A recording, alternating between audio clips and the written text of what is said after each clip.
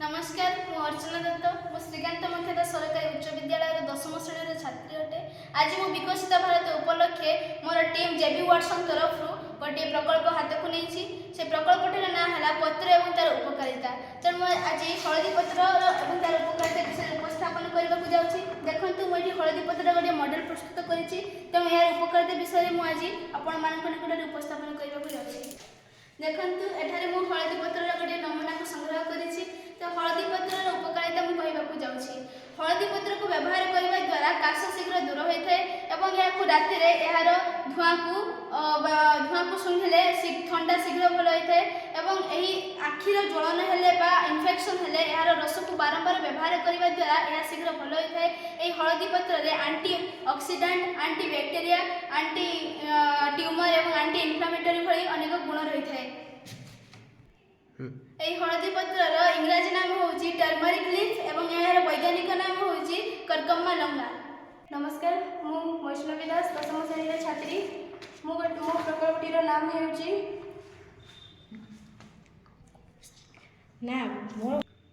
मु भूसंग पत्र एवं तार उपकारिता विषय रे किछि कहबाक चाहूची।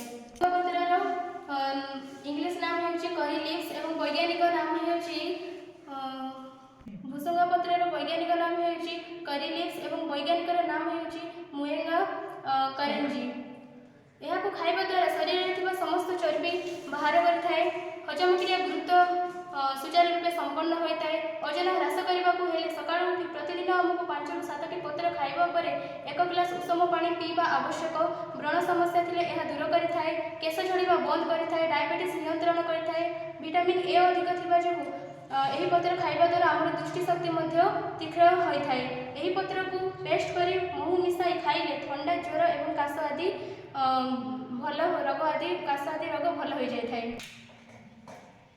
विभिन्न प्रकार पत्र को संग्रह करने तार औषधीय गुण जानिबा द्वारा जो रोग पर जो पत्र आवश्यक ताहा जानिबा परे सही पत्रर ऊपर सही पत्रर रस को सेवन करने द्वारा रोग भल होता है। तेणु यही सब पत्र रोग भल करने आम बाड़ी बगीचार अधिक मात्रा रोपण करवा एवं सहजरे आम से पत्र आम पाखे उपलब्ध कर जहाँद्वारा आम स्वास्थ्य एवं निरोग हो रही पारिबा।